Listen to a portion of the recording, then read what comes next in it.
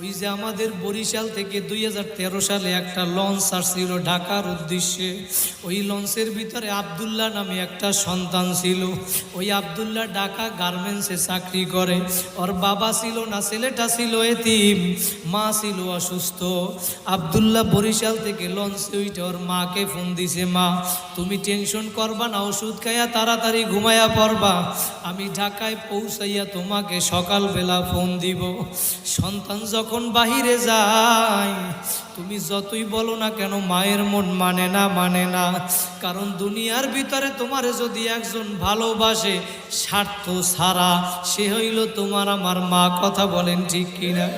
কার মা নাই চোখের পানি ফালাও।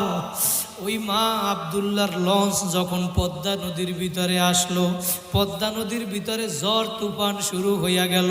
বাইরা মিথ্যা না সত্য ঘটনা পত্রিকার পর্যন্ত দিয়েছে।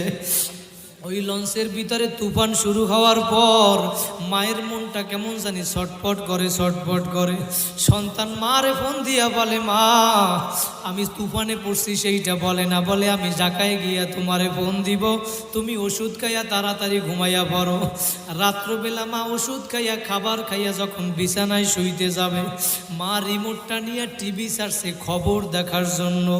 যখন টিভিটা ছাড়লো, খবরের নিচে ব্রেকিং নিউজে লেখা উঠছে, ওই লঞ্চ যেই লঞ্চ বরিশাল থেকে সাইরা গেছিল, পিনাক 6 লঞ্চ, ওই লঞ্চটা পদ্মা নদীর ভিতরে ডুইবা গেছে।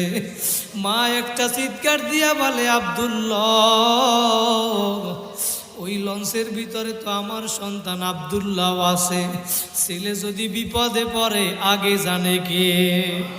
মা এখন চিৎকার দিয়া বলে, আব্দুল্লাহর মোবাইলে এখন ফোন দেয়, ফোন রিসিভ হয় না।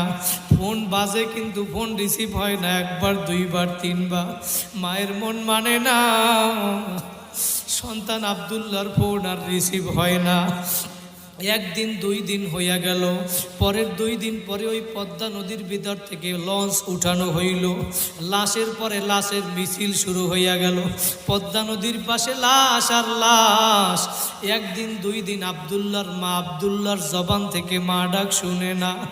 আব্দুল্লাহর মা সহ্য করতে না পাইরা 3 দিনের দিন আব্দুল্লাহর মা পদ্মা নদীর কাছে চইলা গেল। পদ্মা নদীর কাছে লাশ উল্টাইয়া এবার আব্দুল্লাহরে খোঁজে। পদ্মা নদীরে ডাক দিয়া বলে, পদ্মা নদীরে, তুই আমার আব্দুল্লাহরে কোথায় হারাইছো? আব্দুল্লাহর লাশটা পর্যন্ত খুঁজিয়া পায় না। 3 দিন 4 দিন হইয়া গেল। মা সন্তানের জন্য কি